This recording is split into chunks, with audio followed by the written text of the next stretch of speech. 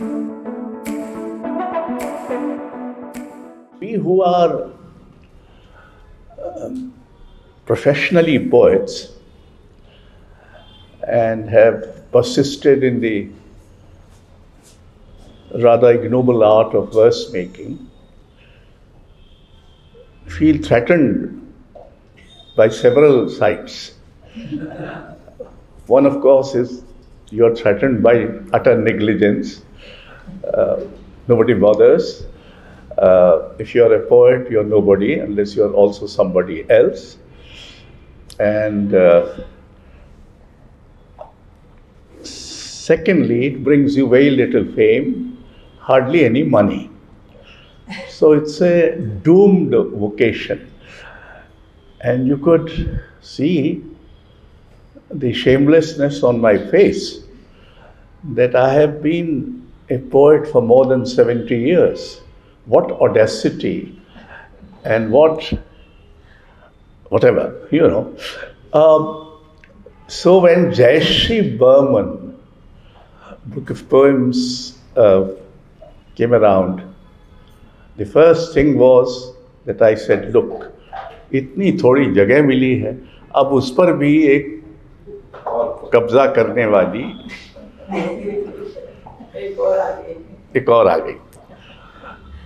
But then I read through the poems, and I must say that although they are poems of a painter, but they are not therefore poems which on that ground may seek any concession. They are poems in their own right, and she is a poet in her own right. It seems to me that in her exists too a painter and a poet. The other thing that occurred to me was, after all, the creative imagination animating both the genres, poetry and painting, in a single person would be the same. But there seems to be perhaps a slight division of labor, creative labor. It seems that the poems have more of nature than her painting, have more of figures. So there is a kind of a, shall we say, a division of labor. The mother figure, of course, dominate, which is similar to her painting also, where the mother figure in some ways or the other, whether it is a Devi or Shri or whatever. And also thereby, I have a very interesting experience of dealing with the theme of mother. One of my very first poems, almost the beginning poem, was about mother. And my mother was going to give birth to my youngest brother, Udayan. So I wrote a poem for her. In fact, the poem was in 3 parts. Those were the times when the more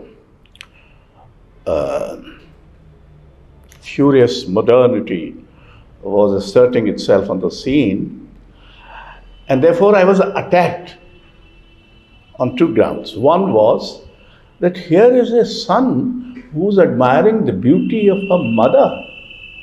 But that was something sacrilegious. But more importantly, one of the poets said, nobody writes a poem these days on the backward theme of mother. You know, this was the point of attack, कि ये तो आजकल अशोक वाजपेयी के अलावा कोई भी माँ जैसी पिछड़ी हुई विषय पर कविता नहीं लिखता. Luckily, this had not lasted. Luckily, mother remains a very prominent theme in poetry and elsewhere.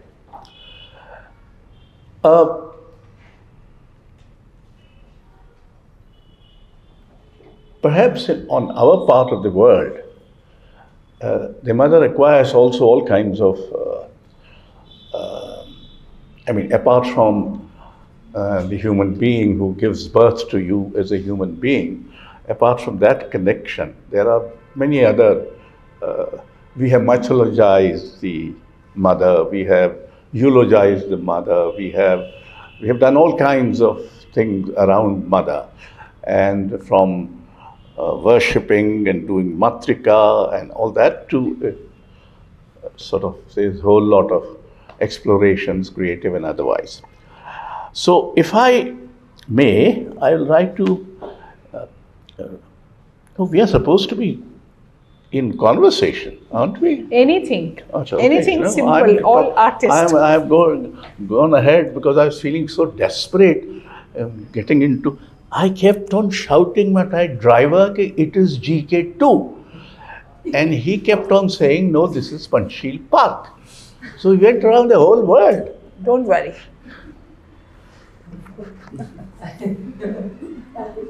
The white bird. The white bird flies on an unknown route, ceaselessly, and it glides only at the edge of life. It grows weary at last. Flowers that it sees, honey that it sips, joys that it feels, the white bird flies. Homes in on the green, it's hurt by black crowds, the white bird flies. Not the route, heaven and hell, whatever it finds, the white bird flies. The weary bird seeks home. So much happiness, so much sorrow, edge of life, back to the next, the white bird flies. And there are the white birds and green or something. There are poems about eyes, there are poems about all kinds of things. But what authenticates me, this body of poetry, is that it is born out of, shall we say, love and lure of the world. In fact, all literature and all arts are really born out of a love and lure of the world. We seek other worlds within this world. We are not the seekers of the other world. We create the other world here and now. So that is perhaps one legitimate ways of existing as creative persons. And the love and lure means that sometimes it can get blurry, and there is some blurriness here and there, understandably. But on the whole, as I say, there is the love and lure of the world. There's enough in the world to be dissatisfied with. And there's enough in the world we can do nothing about. And still, there's enough of the world left to be loved, to be desired, to feel at home in, to create it in painting and in poetry, as in music. I was in Patna attending a very interesting conference, a 2-day festival on literature on music. So there were writers who have been writing on music. It was quite an interesting thing to do. In fact, I started thinking, planning to do that, but anyway, that we should start an annual colloquium of art writers, young art writers, who should be brought together, but that's another way. The other thing that I would like to say is this, that, in some ways, poetry takes a lot of, shall we say, license. It overrides the usual limits and things of that kind. And it does so for a creative purpose. I mean, so there are poems which appear like wails, there are poems which appear like prayers, there are poems which appear like questions, astonishment, vismay. There are poems which are deeply embedded in some inscrutable mystery. And one of the things that I think poetry ought to do, in fact, all arts ought to do, we are living in times when the sense of mystery and a sense of wonder are disappearing. Science has created a huge technological system in which we have come to believe that everything is knowable. And if we don't know it, it's only a matter of time. Sooner or later, there will be a technology and we'll know everything. Now, at such a time, the job of literature and the arts is to continue to reinvest the human mind in the fundamental mystery and the unavoidable sense of wonder in being, if you like. And Jayasri Burman's poems do try to take us on that path.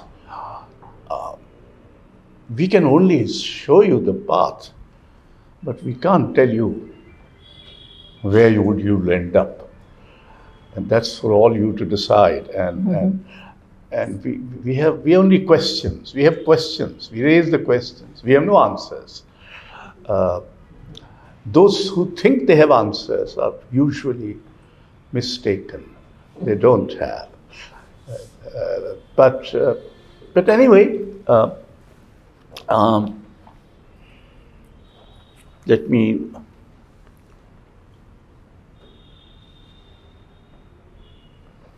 traveler.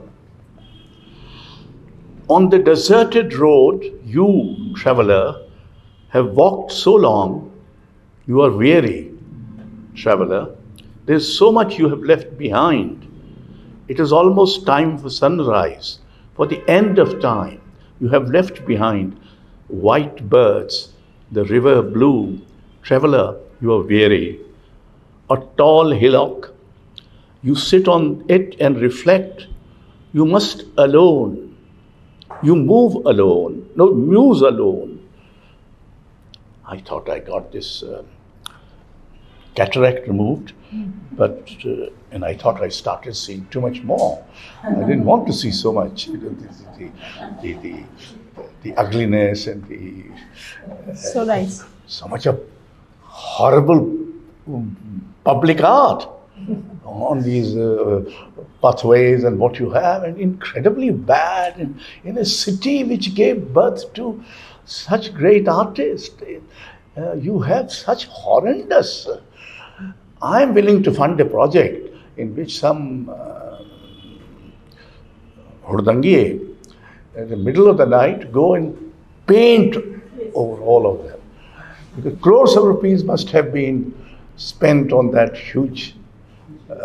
hugely ugly, insufferable, bad, banal public art. I mean, anyway, go back to the poem. You sit on it and reflect. You muse alone on the days that you have left behind, gathered at the base of the mountain. There was music, there was love. You are weary, traveler. You reflect. Your thoughts tell you night and dawn are one beneath the mountain. You are a weary traveler. The curtain has been brought down. Cerulean love is covered at night. Traveler, you are weary. Go back to your own home. In some sense, we are all travelers. And nobody tells us, my dear, you are weary. I must be told at 85 that I am weary. I look over and I start having, and I just don't feel tired. I feel bored and angry and what you have. But I don't feel tired. So I don't give up. Traveler. We are all traveling. But traveler, that you are weary, traveler, what you have left behind. Travelers, and there are a huge amount of travelers now. We could have done a little less with, if they were a little less, it would have been better. But anyway, these travelers create the problem, and they miss out a lot. This is, I'm very fond of a line of Kabir, which says, "Tate an chinhar main chinha." This is, of course, said in the praise of the word, shabda. But it very beautifully defines what poetry and art, in any case, do. Through them, we acknowledge what was unacknowledged. We recognize what was unrecognized. Shelley had famously said that the poets are the legislators, unacknowledged legislators of the world. Somebody said that poets are the legislatures of an unacknowledged world. So there is a lot in this. There are beautiful moments, there are sad moments, there are moments of joy and identification with the larger reality, as it were. And there are poems which are wails and prayers and what you have. So even if you don't normally read poetry, why should you? There are other better things in life to do. But it will be nice if you pick up this and read it. Yeah, I'll go ahead, say something. Otherwise, I'll go on. I'm a talkative man. And here is a captive audience. No, I would like to read that. In the original? Traveler, in Bengali. Bengali. What do you say? Pothik. Oh, Pathika. পথিক নির্জন পথে পথিক তুমি পথ চলে ক্লান্ত পথিক তুমি কত কিছু এসেছো ফেলে বুঝি ভোর হয়ে এলো সময়ের অবসান এসেছো ফেলে সাদা পাখি নীল নদী পথিক তুমি ক্লান্ত উঁচু পাহাড়ের ঢিপি বসে তুমি ভাবো একা ভাবো ফেলে আসা দিনগুলি মিশে আছে পাহাড়ের নিচে গান ছিল ভালোবাসা ছিল তুমি ক্লান্ত পথিক তুমি ভাবো ভেবে ভাবো রাতে ভরে মিশে গেছে কালো পাহাড়ের নিচে তুমি ক্লান্ত পথিক So this is the I don't know another poem I want to read in Bengali. Oh, sure. Yeah. And then So read one which is flagged here. Read this one. I'll later read this one. পথ চলা ওকে পথ চলা okay I am reading পথ চলা অনেকটা পথ চলা হলো মাঝে মাঝে চলার পথে বড় ক্লান্ত হয় শরীর ক্লান্ত হয় মন যেদিন থেকে চলার পথ শুরু আশার আলোর প্রদীপ হাতে নিয়ে খুঁজতে আমি বেরিয়েছিলাম পথে নবীন সুখ নবীন আনন্দ জীবনকে আপন করে নেব বলে চলতে চলতে বুঝেছিলাম আমি নবীন পুরানো সকলই হয় আপন যখন তুমি তারে আপন করে তোলো তোমার হৃদয় মাঝে আশার আলোর প্রদীপ জ্বালিয়ে রাখা দায় তোমারই শুরু থাকে নিভে যেতে দিও না তাকে নিভে যেতে দিও না কোতারে তোমারই পথ অন্ধকারে ডুবে হারিয়ে যাবে তবে Journey. A long way have I journeyed. Sometimes along the way the body breaks with fatigue, the heart with weariness when the road began, illuminated by hope. With a lamp I set out in search of a new young joy, a new young happy life, to make them my own. On the road I realized the new and the old are both yours already. All you have to do is to hold them close to your heart. You alone must keep the flame of expectations burning. Do not let it go out. The way ahead will be plunged with into darkness, and you will lose your new young joy, your new young happy life. Good. Thank you, Ashok ji. Oh, no, Thank you so don't much. thank me. I So, have to आपने- apologize for being late. No And problem. this It is was horrible. wonderful. Just Prayer 4. As I said, there are prayers. Prarthana. Earth, to you, Which number? 122. Okay. 122. Earth, to you a prayer. Mine, everyone's. Forgive us. Forgive us. Forgive us. Forgive us. Mother, your gift we have not preserved. For this, we humans are deeply repentant. As consequences of the heat with which we harass you today, disrobing you, tarnishing you, some of us are in jail at home, some are homeless, cut off from everyone. Everything is dulled now, rolling in the dust. With our palms joined, we pray to you, save us, save us, save us. This I wrote at the COVID time.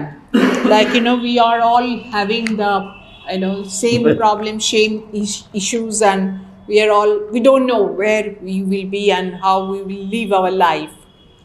So, প্রার্থনা ধরিত্রী, তোমার কাছে আমার সকলের হয়ে প্রার্থনা, ক্ষমা করো, ক্ষমা করো, ক্ষমা করো জননী। তোমার দান আমরা সংরক্ষিত রাখতে না পারার জন্য আমরা মনুষ্য জাতি অত্যন্ত অনুতপ্ত। তোমাকে যে তাপে আমরা উত্তপ্ত করেছি, তোমাকে বিবস্ত্র করে কলুষিত করেছি, আজ তারই পরিণতি। আমরা কেউ গৃহবন্দী, কেউ গৃহ ছাড়া, বিচ্ছিন্ন যোগাযোগ সবই যেন নিয়মান হয়ে ধুলোয় লুটোপুটি খাচ্ছে।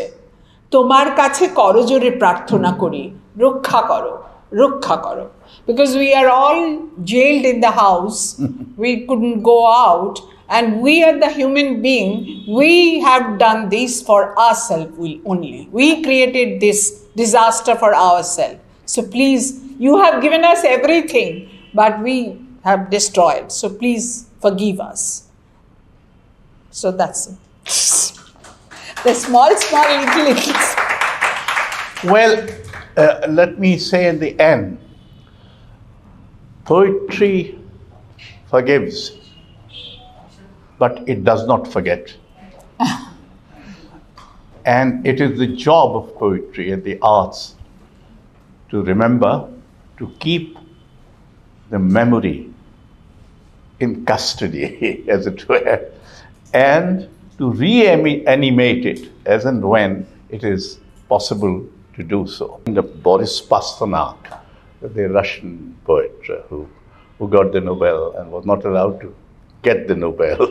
So he said, artist is the envoy of eternity, held hostage by time.